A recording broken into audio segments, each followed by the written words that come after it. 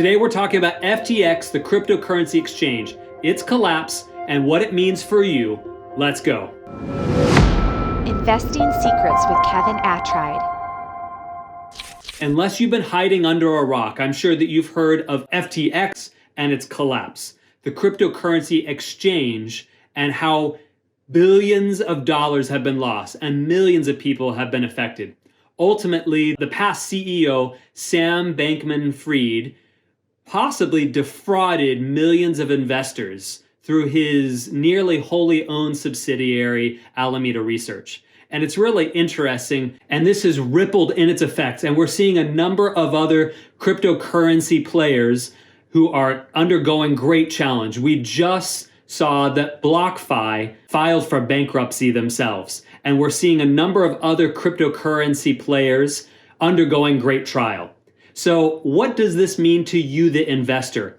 Whether you're heavily invested in cryptocurrency, whether you have no cryptocurrency experience or investments, what is it meaning for you? The wealthiest Americans utilize private banking. I recommend the experts at Living Wealth when you're ready to implement this strategy.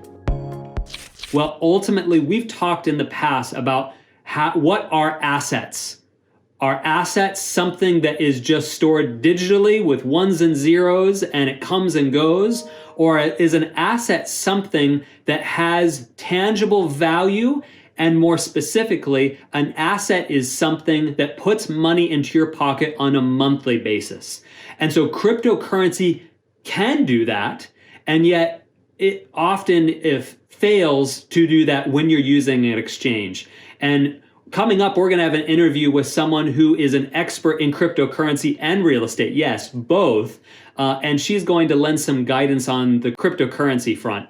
But ultimately, cryptocurrency is a digital asset or a digital investment that can be an asset. And you definitely want to be wary of using exchanges. And so FTX and its collapse is really a harbinger for what can come down the road.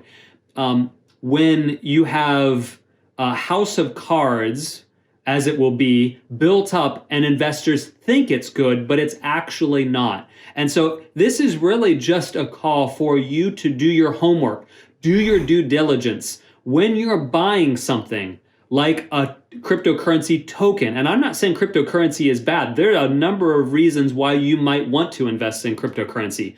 But if you're going to invest in cryptocurrency, is it something that has value for you, that you've done the research, or are you just riding the wave hoping that it escalates and that you win big? Well, if you buy at the wrong time, that we saw a number of months ago, and many investors lost their shirt, you don't call that an asset. You just call that speculating. And so ultimately, I want you to think about how are you deciding the valuation of what you should purchase or what you shouldn't purchase. I had a friend once that just said, oh, it's really cheap. You buy a lot of it and it's nearly guaranteed to go up. Well, as we can see, there are a number of people using FTX as a marketplace for exchanges and the derivatives, and ultimately one of the more dangerous of leveraged investments, cryptocurrency investments. And we see that those investors were defrauded. They lost. And no one is likely to come back and say, here is your money back. And what's also interesting is the SEC, the Securities and Exchange Commission, should be protecting you as an investor, especially if you're not an accredited investor. The SEC is supposed to protect you from investments like this. And so we actually see the SEC falling asleep at the wheel, failing to protect the average investor. And we're seeing lawsuits already in the works. And in addition, I want you to also think, if the SEC failed at this, what could they also be failing at?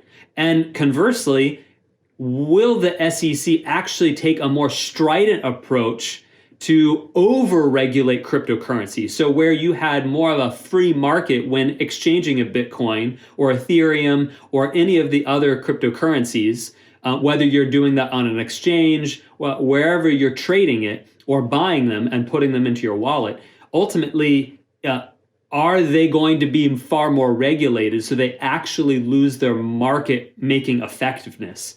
So it really reminds me that you need to either study up and become an expert, or at least have a very healthy understanding of what you're investing in when it comes to cryptocurrency, and should you even invest in an exchange or not. I understand there are a number of experts calling for investors to stop using exchanges and really just about purchasing and using your own wallet. And I'll let you decide whether you should do that or not. But it is an interesting case of how to invest in cryptocurrency and what you should be looking for. Whether you're becoming an expert yourself, or whether you're leveraging someone that you highly trust who is an expert or is well versed, I want you to make sure that you're doing your due diligence, you're doing your homework. And to round back, are you purchasing assets? Are you just purchasing ones and zeros that at a whim they can go up and at a whim they can go down? Or are you purchasing assets, something that is tangible, that other people says, yes, this has value? Or are you purchasing something that one day a large firm says, we're going to dump all of this cryptocurrency or all of this stock, and what was once found to be very valuable is found to be near worthless, and you find yourself with something that is not an asset, but something that was the skeleton of an asset. And also, if you're using leveraged trading, you could also find yourself in grave danger. So I want you to consider, what does this mean for me as an investor? How does it fit into your framework? Because I want you to think about this more holistically. And I have friends that do day trading. I have friends that trade in cryptocurrencies. Ultimately, are you doing your research? Are you doing your homework? And are you making sure that it's a sound investment? And I go back to my MBA classes. And when you looked at a company or looked at a project, you would do what's called a pro forma. You would actually look at all the variables at play, look at the valuation, and look at the expected or projected return, risk-adjusted return, and say, this makes sense for me. And so few people are doing that these days. That's why we see millions of people losing money when a setup like FTX fails. And if there are large failures to come, it's really a shame on me, because this is a big wake-up call for people. Are you going to just throw your money where everyone else is throwing their money, hoping it goes up? Or do you have a solid investment to make sure that you're investing your money wisely for a calculated risk-adjusted return? So think about that. And whether you choose to continue investing in cryptocurrency, I want you to decide, is that the best for you or is it not? I'm not telling you it's the best thing or it's the worst thing, but this is really something for you to decide for yourself. And this really applies for all investments, but especially paper investments like the stock market, or digital investments like cryptocurrency, where the prices can quickly fluctuate up or down. And we've seen volatility in the stock market, especially in the recent weeks. And we potentially are going to see greater volatility in the future, as there are a lot of economic challenges that we see on the horizon. So take stock of what your investments are, what returns, what risk-adjusted returns do you want to get out from your investment vehicles?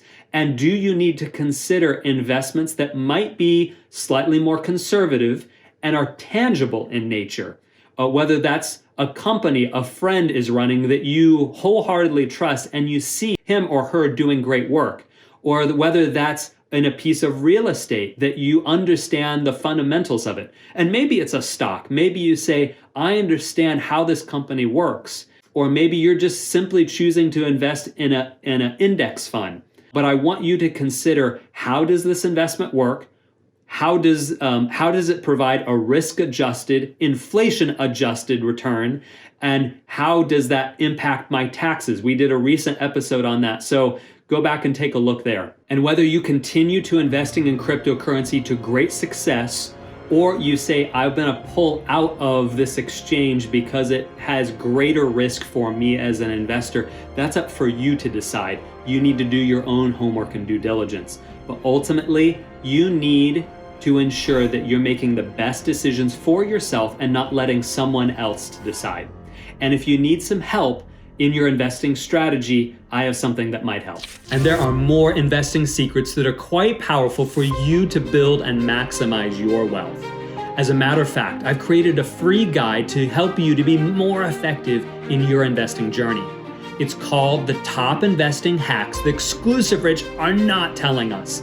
And I want you to take action right now by clicking the link in the description below. I want you to have this exclusive access so that you can understand the strategies and the tactics the rich use to maximize and grow their wealth. All right, it's time for you to experience financial freedom. The information contained in this episode are opinions not to be used as individual guidance. As always, consult your own financial team for your investment decisions.